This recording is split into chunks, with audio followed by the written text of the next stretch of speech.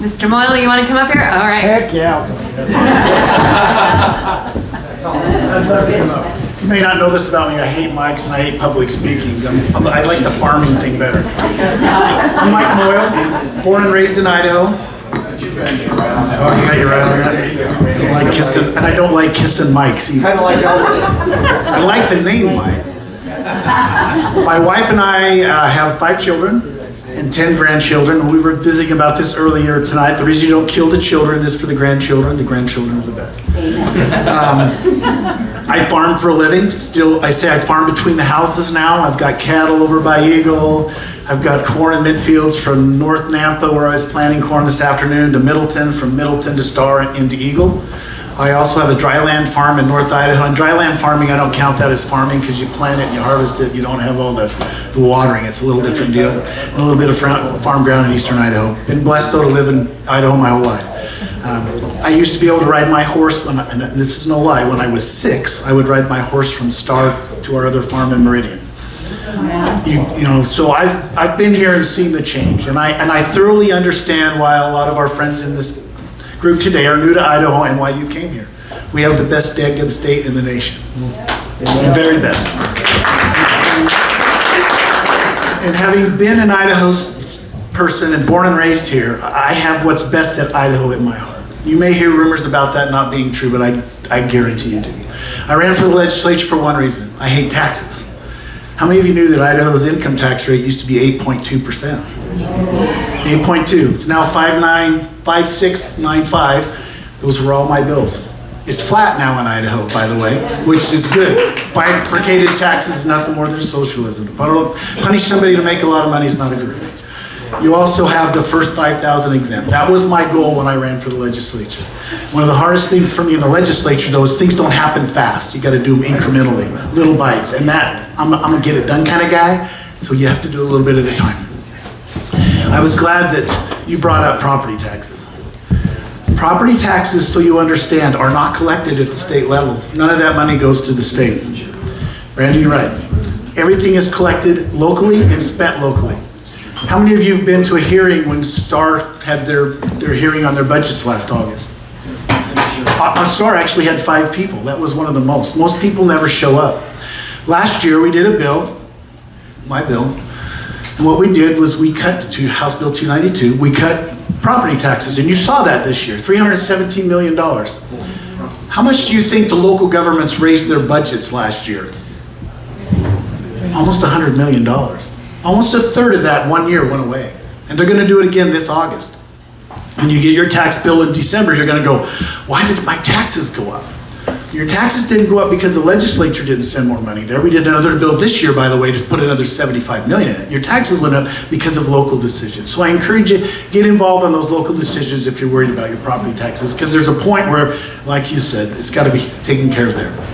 I've been blessed to be the speaker for the last 2 years. One of the first things I did, and Tammy will testify, and by the way, I appreciate you letting me talk and come here and inviting me, I appreciate it, Tammy, was I started all our meetings with prayer. Amen. You would not believe the pushback on that. Wow. At first. But now, when we go into a meeting, I don't assign somebody to the prayer anymore. I say, who would like to give the prayer?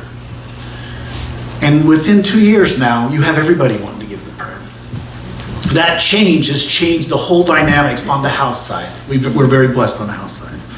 Some things you don't know about me that I did. Tammy will testify to this too. I changed the budget policy, and Tammy helped, a lot of people helped, but I hate the way we do budgets at the state level. You get a big budget, it's got all this stuff packed in it, and if you don't vote for it or against it, you get blamed for doing stuff, right? And you're seeing that on some of these commercials on TV, where, you know, they got a little bit of good, or a lot of good and a little bit of bad, and if you vote no, you know, they use it against you. I wanted to change that fundamentally. It took me 2 years.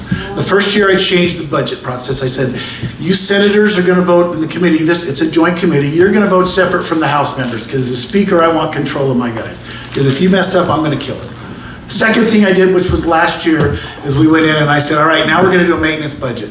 Senator Groh, myself, and Representative Wendy Horman put that together. And so we start with a maintenance budget. A maintenance budget is what it takes to keep the lights on. Everything added is above that. Gets voted on separately. Tammy can tell you, it worked amazing. It provided transparency. To give you an example, last year the budget growth in the state of Idaho was over 12%. You know what it was this year? 1.7%. And the reason it's smaller is because all that stuff is a target that sits by itself. If I lose this race, they will undo that. That's their goal. They do not like that because it controls their spending. It's very important that you understand that. Some of the things that are involved here. Some of the other things I've done as speaker that you don't know about is rules.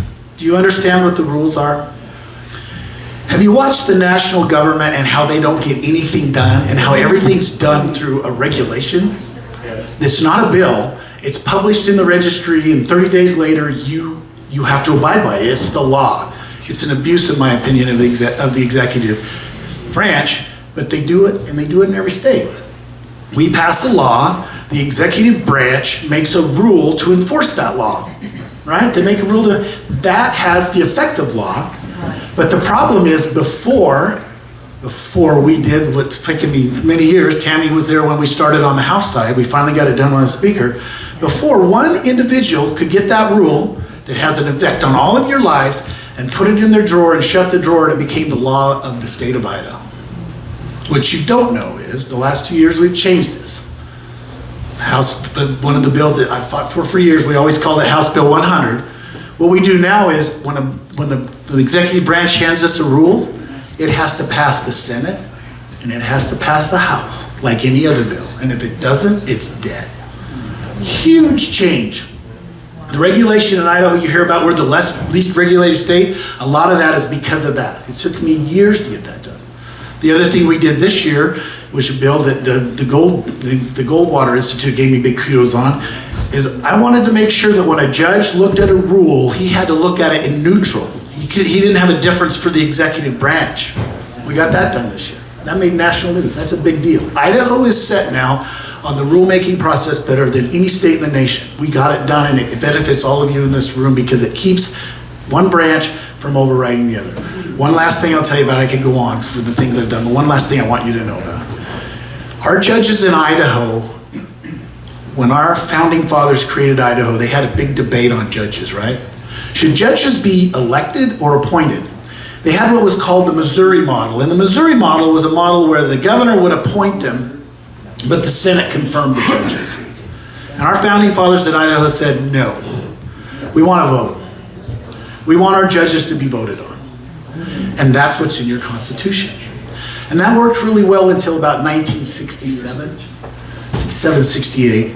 And they created what's called the Judicial Council to replace judges that retired early. Okay?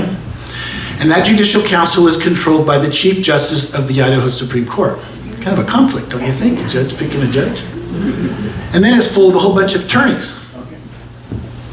Kind of a conflict. And those attorneys send the governor 3 to 4 names, and he has to choose from those 3 to 4 names. I think that's a conflict too. To give you an example, last year, I don't know what it is this year, last year of your 52 sitting judges, 48, as I'm telling you, 48 were appointed, not elected. I think judges need to stand like I am standing here and tell you what the heck they do. I think judges ought to be accountable for that. So one of the things we got done last year, because the governor vetoed it the year before, we got it done, was we changed the makeup of that council to get more individuals in there, and we gave the governor the opportunity to say if he doesn't like the list, he can throw it back. Then this year we took the next step. I didn't know how to get around the Constitution where I could force an election. The Constitution has to be changed to get there.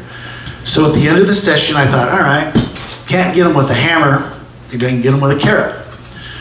So at the very end of the session, we got a bill through, and what it did was it says that if a judge will fill their term and not retire early and be appointed, but fill their term and let the state know that they're going to fill their term, we'll give them $25,000 so that we can have an election. You watch, it's going to have an impact. You're going to see more elections on judges. You're also going to see when you vote this fall, the difference in how the judges are on the ballot. The magistrate judges are still appointed, but the district judges, the others, you'll see the name, and it will take away the incumbency part of that. I can keep going on about the things that I've done as speaker. One of the hardest things for me is that I'm a farmer. I'm not a career politician. I'm a farmer. You'll drive down to Eagle and you're going to pass cornfields, you're going to pass cattle.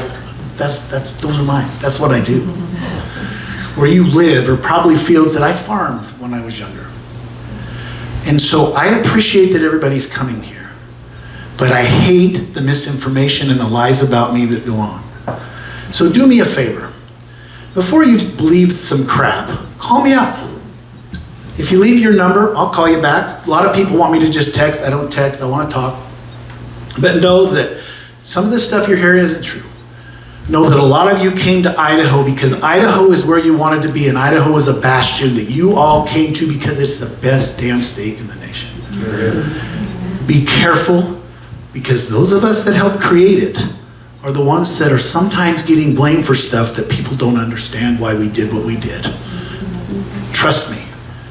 As Speaker, if I'm reelected, I have what is best at heart for every one of you in this room. I lived here. And I'm not gonna lie, I struggle every time I lose a field to a bunch of houses, but I also really truly appreciate those that are coming here. They're fleeing a really bad place. I get that. I still have a sister in Southern California, and every time I go down there I think, why the hell are you here? So, having said that, I talked way too long. I pontificated. If my wife was here, she'd be giving me the, but I appreciate you all, and I appreciate Tammy. Tammy and I work well together, and I appreciate that she gave me the opportunity to come today, and I appreciate that she gave me the time to talk to you. And I hope that you will take the time to reach out to me if you have questions. And next time you're driving down and you see those cornfields, know there's still a couple of us left farming here, farming between the houses. But know also I appreciate why you're here, and I understand why you're here. And I don't condone you at all for being here, but know that sometimes the stuff you hear is not true. Get the facts straight. With that, thank you.